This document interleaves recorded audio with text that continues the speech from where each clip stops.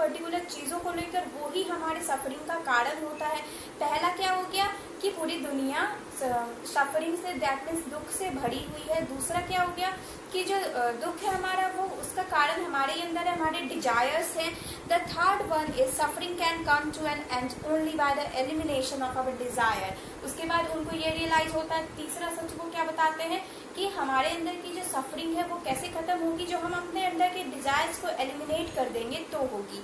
तो चौथा सच क्या दिया उन्होंने, चौथा सच उन्होंने बताया कि our desires can be eliminated by the 8 fold path.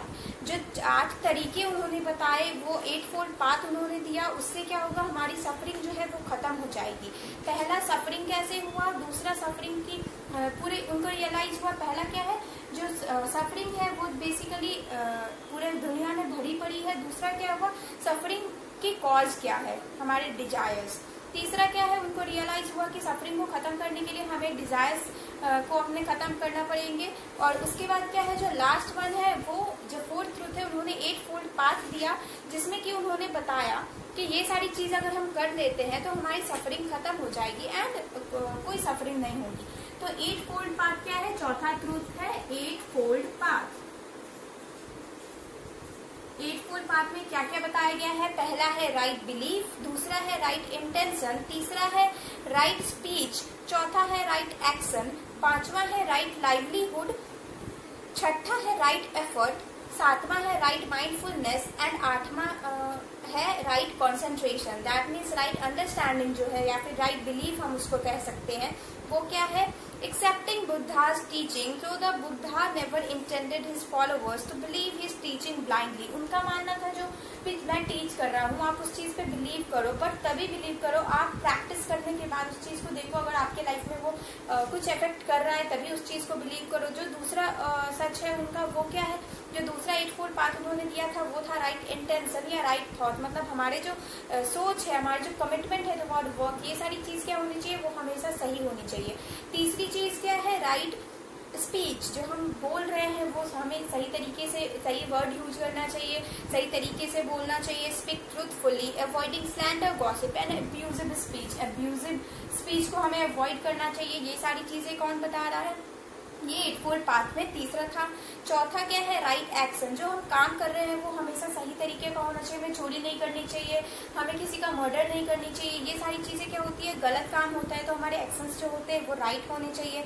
After that right livelihood, मतलब हमारे जीवन जीने का तरीका जो होना चाहिए वो भी सही तरीके से होना चाहिए। बेसिकली जो मल्टीपल गलत चीजें हैं वो हम अवॉइड करें, जितनी ज्यादा उतनी ज्यादा अच्छा है बेसिकली हमारे लिए।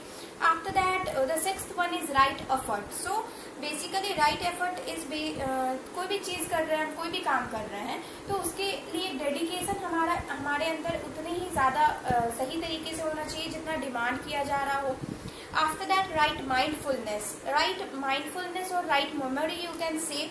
सो developing awareness of the body sensation, feelings and state of mind, हमारे अपने बॉडी की फीलिंग्स, हमारे सेंसेशन, जो भी चीजें हैं उसके बारे में हमें पता रहना चाहिए कि वो किस तरीके से काम करती है। ये सारी चीजें किस चीज में आ गई, राइट माइंडफुलनेस में, मतलब हमारी मेमोरी जो है वो सही तरीके से यूज होनी चाहिए और सही होनी चाहिए। आफ्टर दैट राइट कॉन्सेंट्रेशन, तो 8 पाथ जो है 8 फुल पाथ में वो क्या है, हमारा मेडिटेशन, हमारा कॉन्सेंट्रेशन जो है वो हमेशा सही होना चाहिए, हमारा मेंटल फोकस सही चीजों की तरफ होना चाहिए। फॉर एग्जाम्पल आप अभी जब पढ़ाई कर रहे हो तो आपका फोकस सिर्फ पढ़ाई पे ही होना चाहिए। इस तरीके से आपको नहीं सोचना चाहिए कि आप मुझे 1 घंटे बाद मेरे फ्रेंड ने बुलाया, मुझे खेलने पे जाना है, या फिर मैं अभी मार्केट जाने वाला हूँ। ये सारी चीजें आपको नहीं सोचनी चाहिए। जब आप जो काम कर रहे हो उस टाइम पे आपको उस चीज पे फोकस करना चाहिए। That is the right concentration.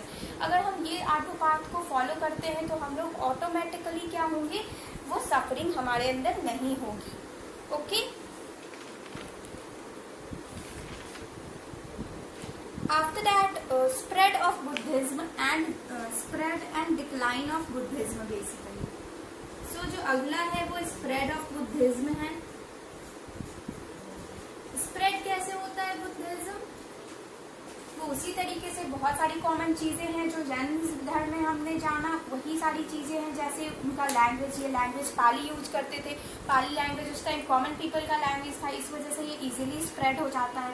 Personality of Lord Buddha, उन्होंने क्या किया था, उनकी भी सेम कहानी है जैसे जैनिज्म धर्म में हमने पढ़ा था। तो इन सारी क्वालिटी की वजह से रॉयल हेल्प मिलता है इनको भी।